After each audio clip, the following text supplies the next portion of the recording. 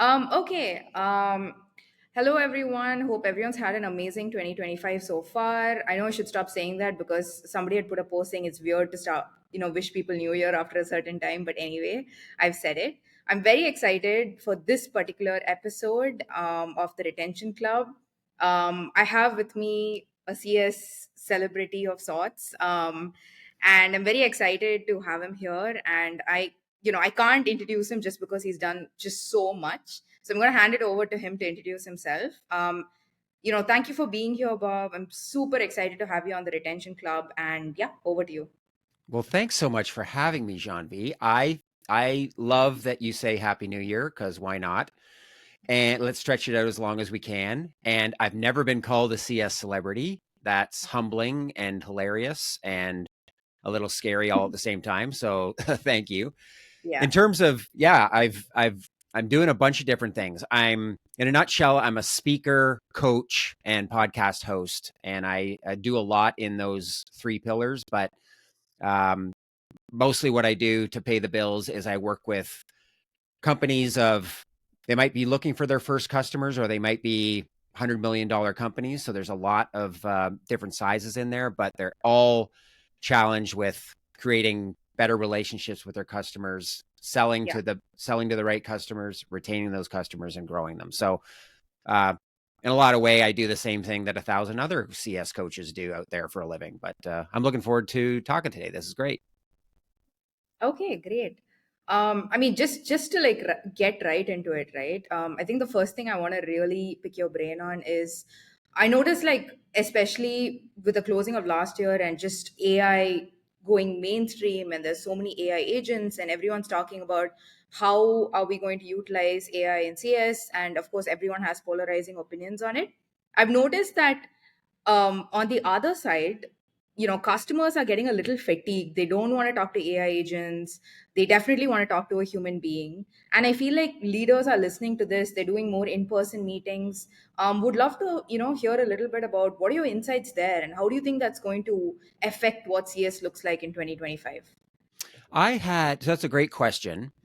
There's a couple of things that have happened recently that have changed my perception of this. One, just remember that, God, I don't know, my ability to gauge time seems to be warped with age. But ChatGPT, let's say it came out 2 or 3 years ago, and there was a big hype and a lot of promise around what was going to be possible. And I think a lot of CS teams went out and investigated a bunch of things, and they were pretty unimpressed. It Yeah. was kind of a cool, shiny object, but nobody had really figured out how to make the lives of CSMs easier. Yeah. And I still think that there's a lot of um, teams out there that are still in that. Like, yeah, we tried it, it didn't really work. It has dramatically changed, I would say, even over the last 6 months. So if you're not looking at it, I would say it's time to go back and look at it. And it's probably got to be part of somebody's job to stay on Yeah. top of it because it's easy to get, oh, we do it for this and that. And, and then that's all we do. And you're not paying attention and it's changing so quickly. But I was doing some work on my website just last week, and I had some questions. This is not CS related necessarily, but support related. And so I use GoDaddy to host my website. Yeah. And just like most people, I dread reaching out for help. I'm on Google, I'm in Reddit, I'm trying to find the answer. I couldn't figure it out. So I'm like, oh God, okay. So I guess I'll go ask this chat. It Yeah. was clearly AI driven, Mm-hmm. but it gave me great answers. Mm-hmm. And then I was transferred to a live agent and that agent knew everything that I had asked. It had the full history. It knew everything about my account. And it was the best experience that I've had in years. So it was AI driven, Yeah. but it knew exactly when to introduce me to a real person. Yeah. Um, and I think that's the thing that a lot of companies are missing is that it's like I can't get out of this AI world. It keeps giving me useless information. I want to talk to a person. There's no easy way to do that. Yeah. And so I do think that it's changing quickly. Okay, so you're saying that there's going to be a lot of adoption of AI, basically not to replace human beings, but to really help them out in multiple use cases in CS. I think so. And I also think the other thing, and if people haven't played around with Google Notebook LM, it's Yeah. different because you can feed it sources and it'll just generate content based on that. So it's not going to go out to the internet and fill in the gaps and Yeah. hallucinate and give you a bunch of stuff you don't need. And I've Yeah. used that with clients because if you're like most people now, since the pandemic, most people have had every conversation recorded with a customer and it's in a note taker somewhere. And if you Yeah. can harvest that data, I have found insights in there that I missed, that I've forgotten about, and you multiply that across the conversations. Yeah. Even your CS teams, of course, talk about support and every other, sales and everybody else is talking to customers. There Yeah. is so much in there Yeah. that humans will miss. And I Hmm. think that's the most promising, exciting thing for the next year. Yeah, I mean, that's really interesting. But if you flip the coin on that, so you were saying that you work with companies from different stages, obviously startups, all the way to companies that are doing like a lot in revenue, right? Do you think that if the playing field is going to be level for everyone, your long tail customer and your high touch customers, do you think your high touch customers would be cool with that? Or do you think they will evolve and be like, hey, if they're getting that as well and we're getting this, we want something more on top of this, and then CS has to meet them on top of that? What do you think? Interesting. I think that's such a good question. I I think that the as people have more experiences like I had last week, they're going to realize that it's actually a much easier way to get your work done. Right. And so we can be much more selective about why and when we're meeting with people. And it's Yeah. got to be very strategic and it's got to be things that tools and AI and it's got to be things that really need to happen face to face. And I'm a firm believer that people are hungering for that. I don't even think we realize how much we miss it. I'm Yeah. guilty of living most of my life in my home office. And when people drag me out or I go Yeah. and meet with clients, and Yeah. I'll probably bitch about having to drive here and there or get on a plane. But man, when you're in a room full of people and you're just Yeah. like, yeah, this is how it used to be. I've forgotten how energizing it is and how quickly you can build relationships and rapport with people. It's just Yeah. never going to happen over cameras. Yeah, no, that's absolutely true. And speaking of putting everyone in the same room, I think another thing that I'm seeing a lot of people talk about, and this is great for CS in particular, is people are starting to acknowledge that, hey, retention and churn, these aren't just CS problems, right? It Mm. has to be a team sport. There's got to be a lot of collaboration. Everyone has to see the big picture and then work together to also achieve it. Do you kind of feel the same way? Like, what do you think is happening here? Yeah, it's so funny that you asked me that, John B, because I've been managing customers for, upwards of 30 years and I've been in CS space for, let's say, 8 years. I've done sales and all this stuff. Yeah. And I've been around long enough to notice that CS seems to be spinning its wheels. Yeah. And it's disheartening after all this time to still be having the same conversations that we were having when Gainsight kind of launched and, Yeah. for large intents or for the most part, kind of created the CS space as we know it now.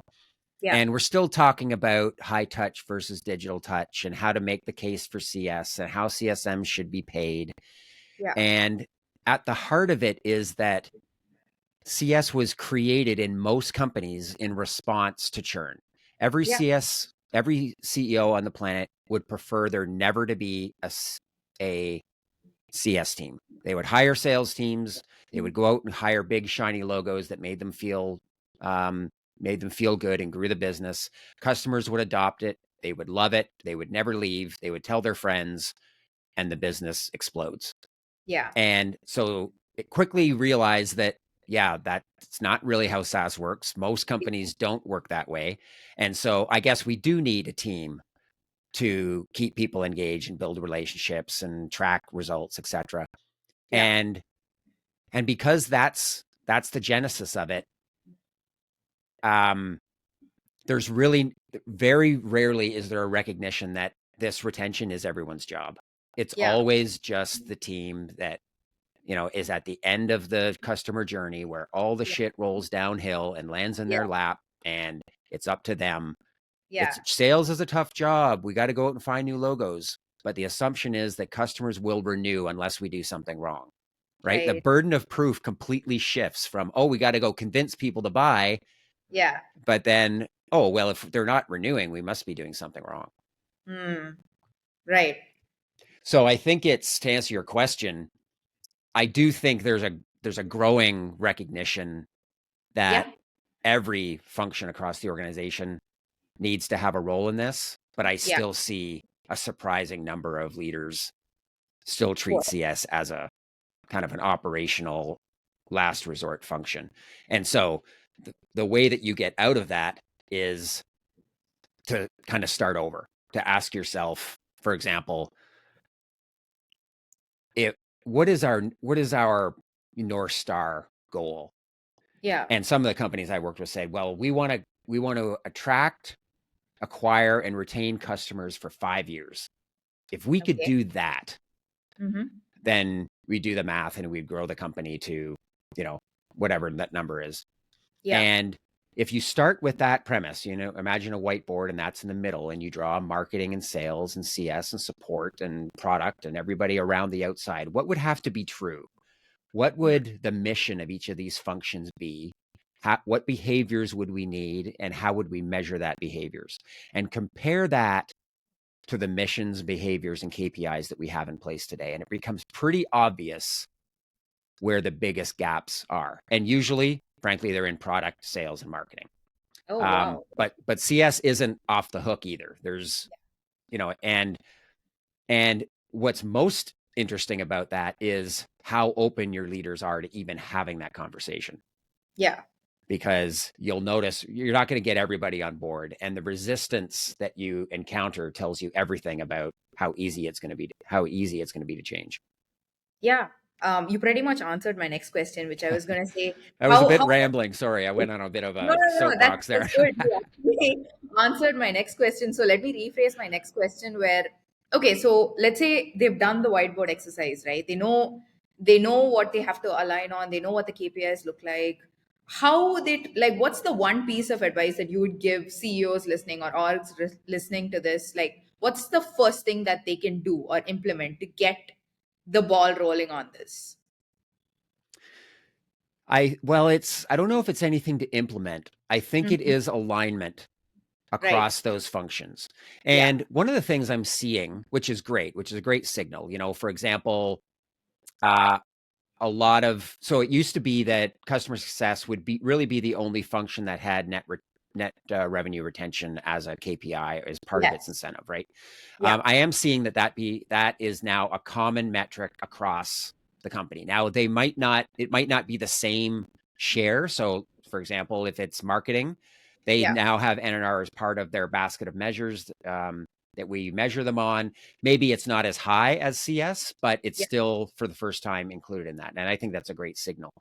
I Yeah. still think that doesn't go far enough. I still think we need to look at what specifically does marketing need to do, and what specifically does product need to do, and put measures and OKRs around those specific things that each function needs to do. So it's NRR is a starting point. Everybody's based on that. Um, that's a huge improvement from just having CS do it.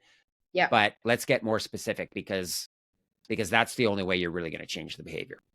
And Right. so I don't think it's a implementation. I think it's that alignment that really changes everything, because everything else is just tweaking. We're just kind Mhm. of tweaking this. We'll tweak that. We'll change we'll tweak sales's incentive plan. We'll align it a little bit with CS. We'll put some time to value measures in. We'll Yeah. tweak this. We'll put a new role here.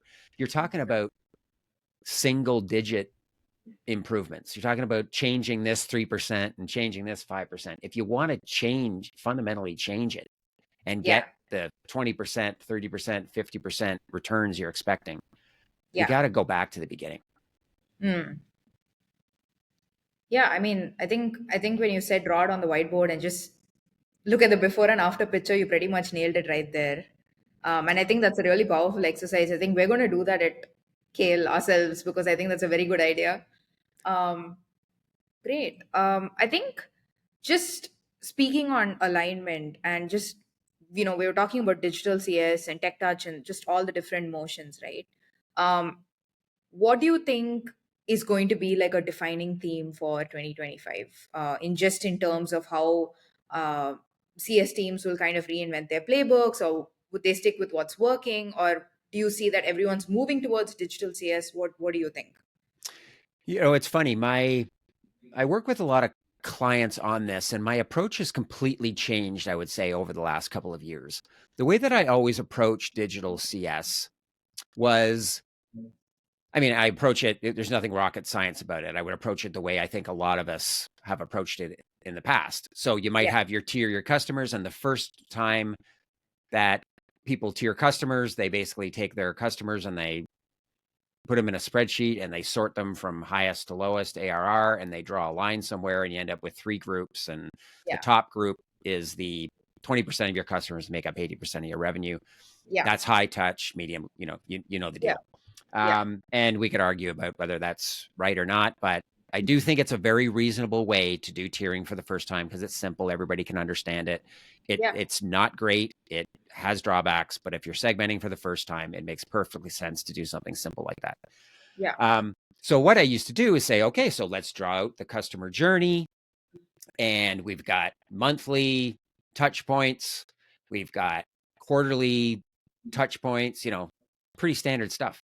yeah, And then we're going to say, okay, so now how do we do this for our low touch customers? How do we digitize all of this stuff? yeah, And it worked okay, but the exercise that I've done recently is say, why don't we flip that around? yeah. What if your CFO came to you tomorrow and said, you've got 15 CSMs today.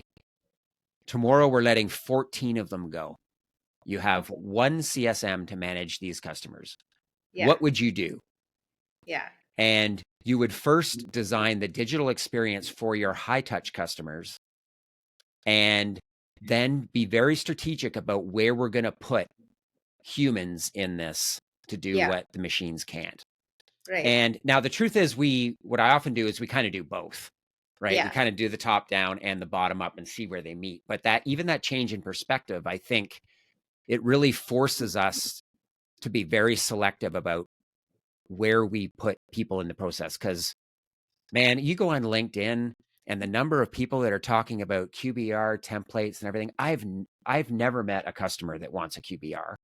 yeah, And they usually start off with great fanfare. We've got this new customer. Oh my God, they've gone live and we're going to have our first QBR. And the first one is awesome, man. We've got the CEO, we've got his whole his or her leadership team there.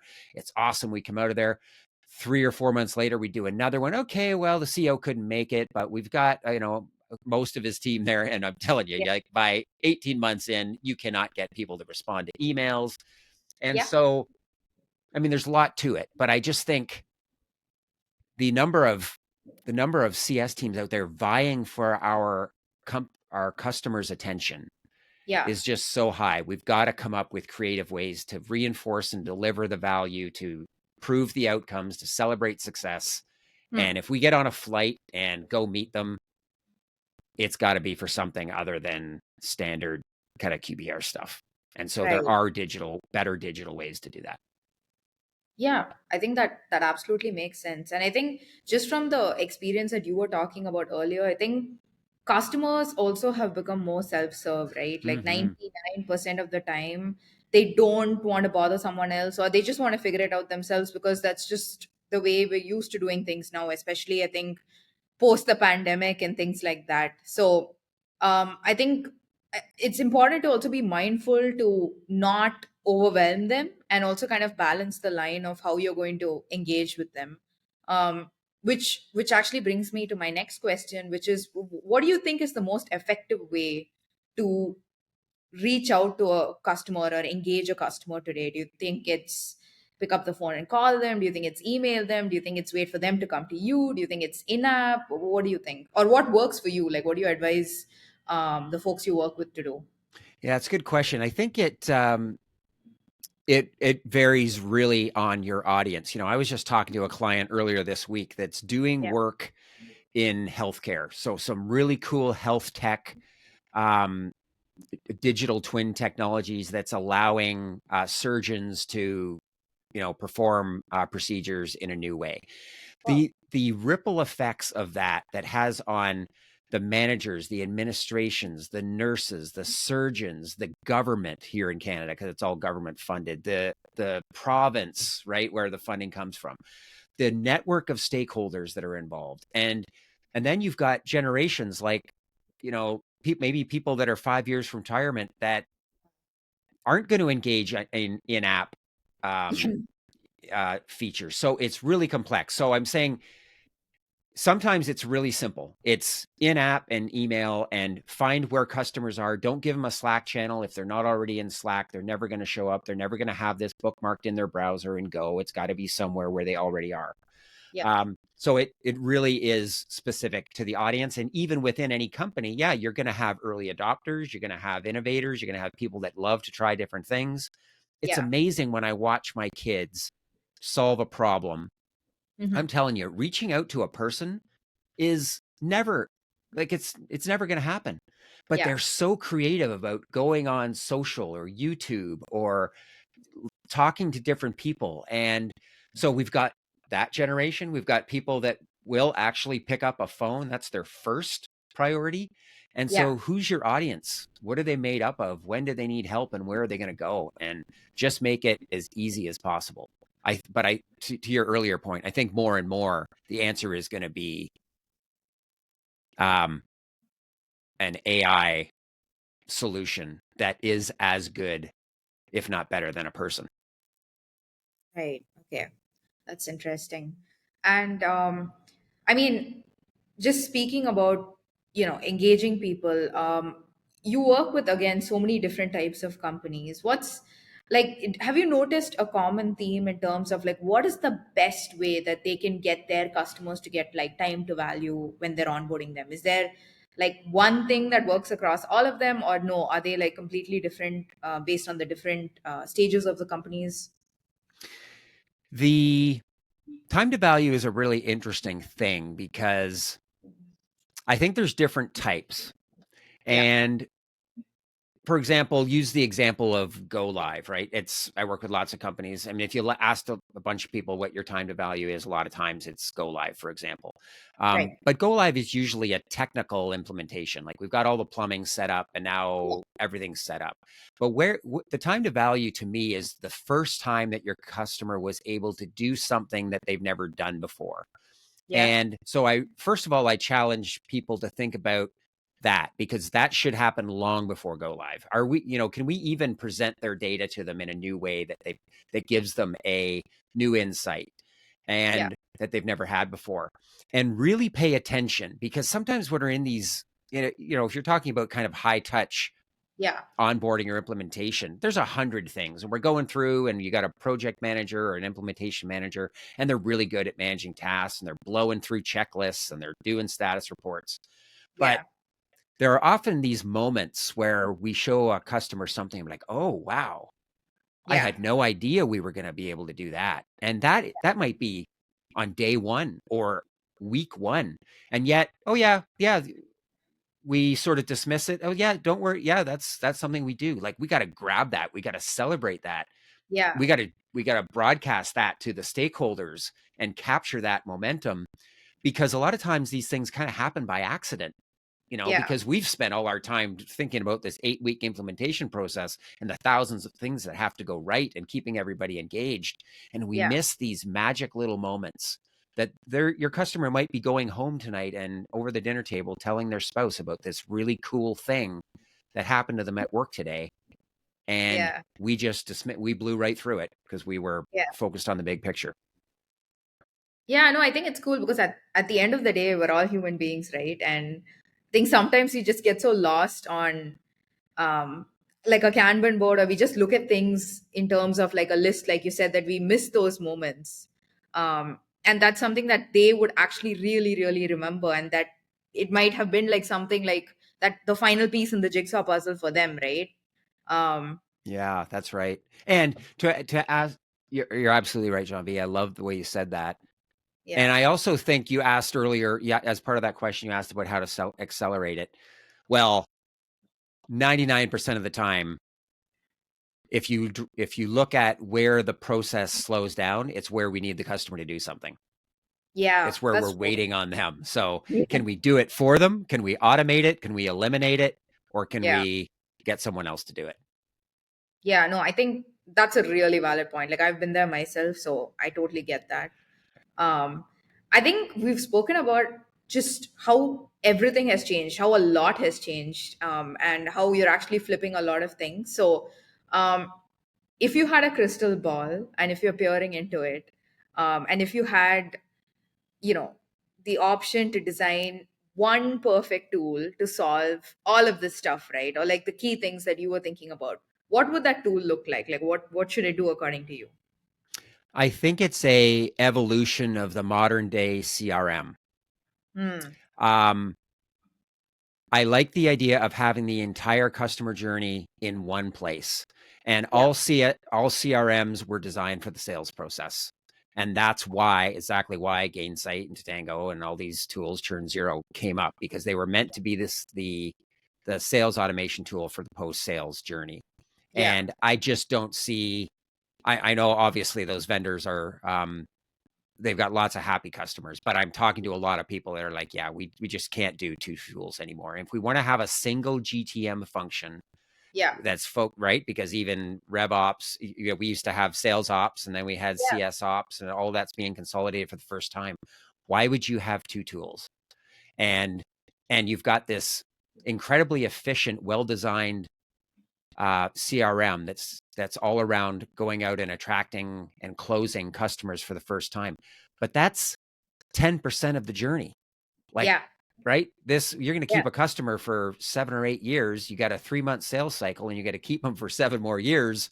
Yeah. Why would you have a different tool? And so we finally get data around that. It's got to be in one place. So I am seeing more tools being basically plugins to HubSpot Yeah. or, or Salesforce. Salesforce. Yeah, for Yeah. sure. That are just kind of a new window off to the side and not a brand new place to have to replicate data and do a bunch of fancy things. Just having all of that in one place, I think, would help a lot. I can see that you feel strongly about this because you said, these tools are post sales platforms. You didn't even call them CSPs, which is what like typically everyone calls Yeah. them. So I totally get that. And yeah, I agree with you. I see a lot of people just going back to the basics of no, we're just doing this on HubSpot, we're doing this on Salesforce. It's also easy for us to get context as to why did this customer buy this so that we can then figure out how can we get them to like what they bought it for in the first place rather than this whole there's no context kind of thing when there's that sales to CS handoff. So it Yeah, would you're make sense right. Yeah. to have one tool. Yeah, like the handoffs, so we know, right? Like whatever the first thing to break in any process is where we're handing something off. So sales to CS is a classic example. So why would we institutionalize that by having two different tools? What are we losing um, from making that moving the process from one tool to another? So I haven't seen anybody. I've seen some new tools do it, and they're really interesting.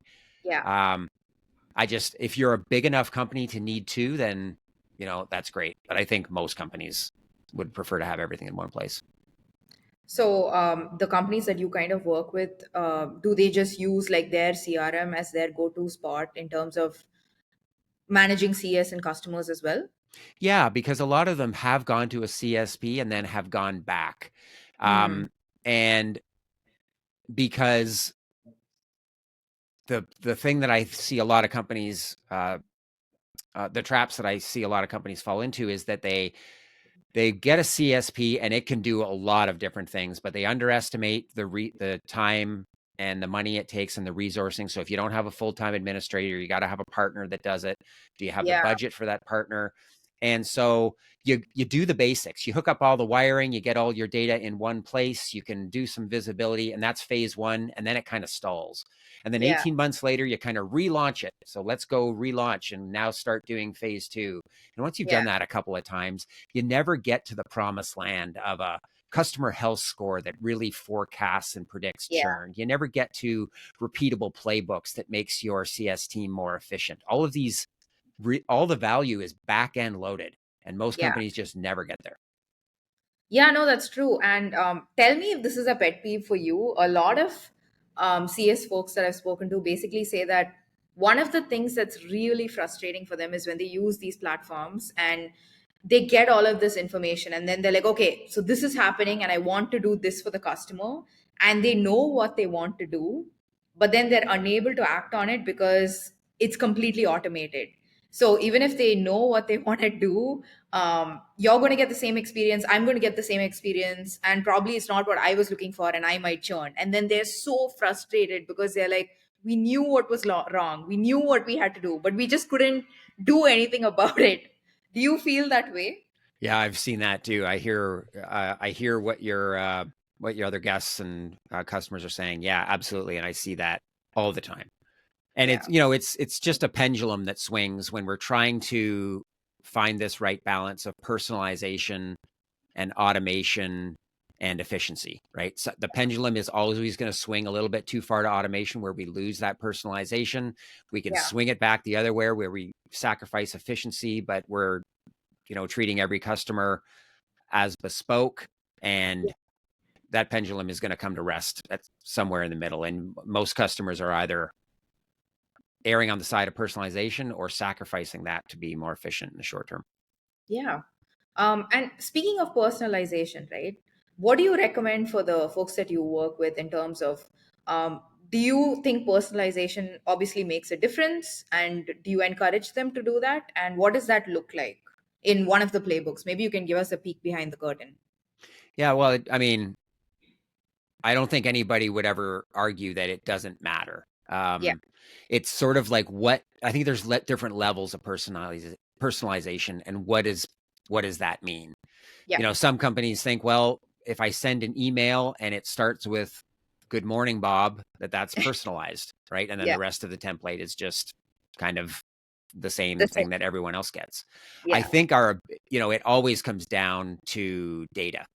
Mm, All the tools exist to automate this and personalize it. Do you actually know enough about your customers and how they're using the platform yeah. to personalize content? I think, yeah, the tools are there to personalize the workflows, the messaging, Yeah. um, but most companies just don't have the data. So Yeah. they really need to do the data cleanup, and then the rest of it is relatively easy. Yeah, I think that's a really interesting point. Like, it doesn't even matter if the email says, like, hey, hey, Bob, I know that you like taking your coffee black. It doesn't even matter. But if it was like a random generic email, but it knew that you were age clicking on one feature and it actually said, hey, this is what you can do with this feature, that might just be better personalization, right? Yeah, perfectly well Yeah. said, and yeah, and timely, Yeah. right? Yeah, absolutely. Okay, that's nice. Any other predictions for 2025 that you're excited about or that you're anxious about? I am excited, cautiously optimistic, let's say, Mm-hmm. about 2025 finally being the year where AI starts delivering some of the promised benefits to CS teams. Right. Um, I just see the pace of it's accelerating so fast, Yeah. and it still won't be right for a lot of companies. Like where you fall in that technology adoption curve, if you're an innovator, early adopter, you're probably already using it for lots of cool things. Yeah. It's going to cross the chasm, I think, in 2025 as it gets mature enough for that early majority and late majority part of the market to be like, yep, I think it's right. Um, it doesn't scare me as much anymore, and I'm ready to start using it with customers. Nice. Do you want to give a shout out to any of the tools that you really, really like? I can't think of any off the top of my head, only because I've got a spreadsheet because it changes so fast. I've got a Yeah. spreadsheet of the ones that I'm really encouraged by. And you're right, I really missed that opportunity, and I would have loved to give a shout out because there are some awesome ones out there. Okay, no worries. We can probably let you take a peek at the spreadsheet and, let you talk about it at the end because I think that would be really cool. Okay, Yeah, awesome. yeah. Okay, I think you've already like given a lot of like radically honest answers. So, anyway, moving on to the rapid fire part of it. And of course, I don't have to tell you not to hold back because I don't think you have been, which has been awesome. Especially when you said about the CSPs, I feel like a lot of I don't know. Maybe a lot of revenue leaders who spent like a north of a lot of money on it are like shaking their fist at this podcast right now. But hey, it is what it is. Hey, it's it's there are some lessons, Jean V, that we just have to learn the hard way. I've bought CSPs, and yeah, it was I think it's something that everybody is going to have to do at least once. And Yeah, it's probably not going to go very well the first time. I've yeah, just it's and if you found a CSP that you like, I bet it you had to take a couple cracks at it. yeah. Yeah. Right. Okay, nice. Okay, so the first question, the most common CS to sales misalignment that you've encountered. Well, I think it's what is a these are rapid fire, right? So I won't elaborate. But what is your who is your ideal customer?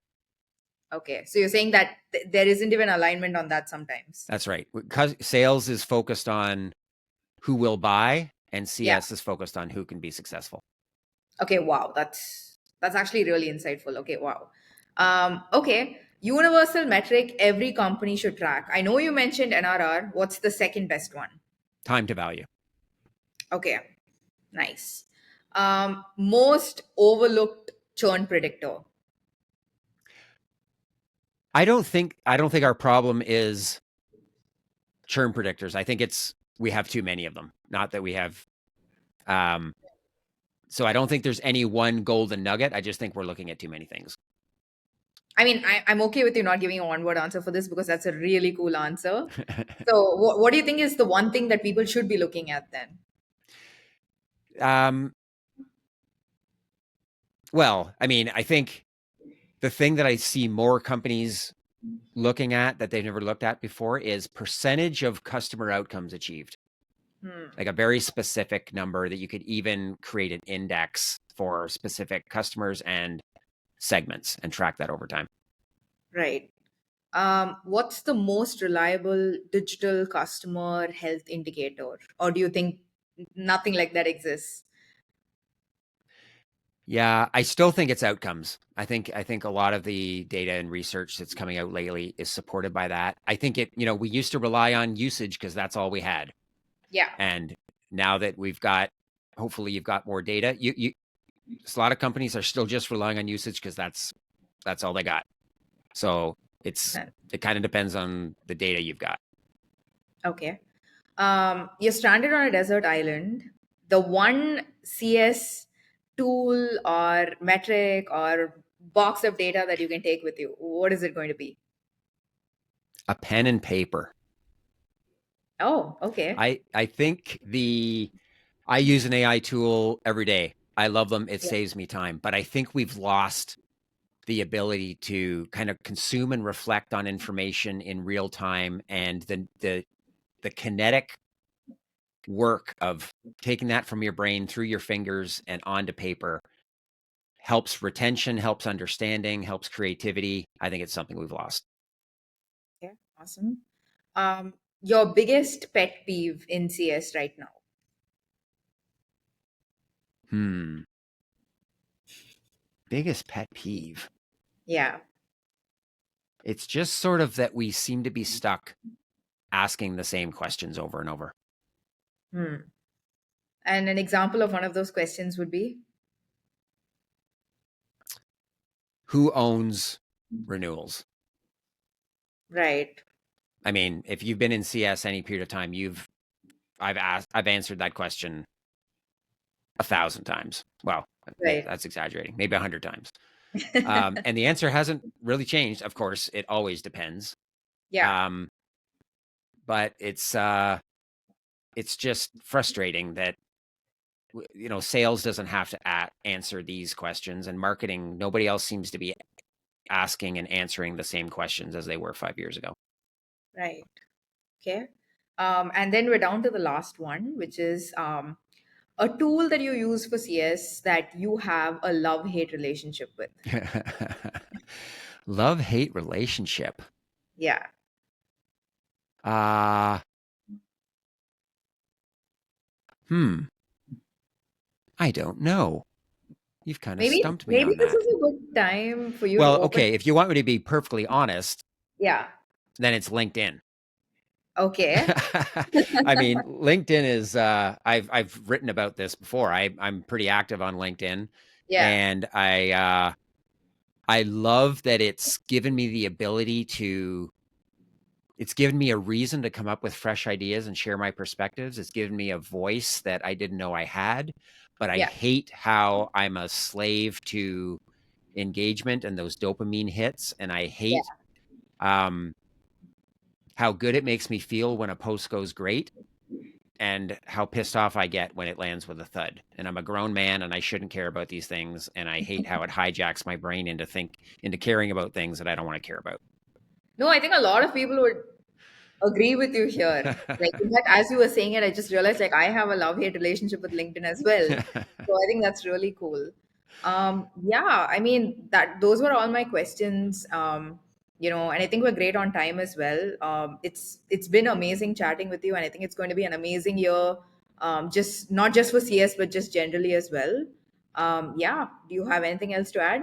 No, I'm just so honored and very grateful that you invited me on to share my perspectives. I don't know when this goes live. It's always interesting. Of course, as you know, I have my own podcast, and usually Yeah. there's a lag between when I record it and when I go back and do some editing and it gets released.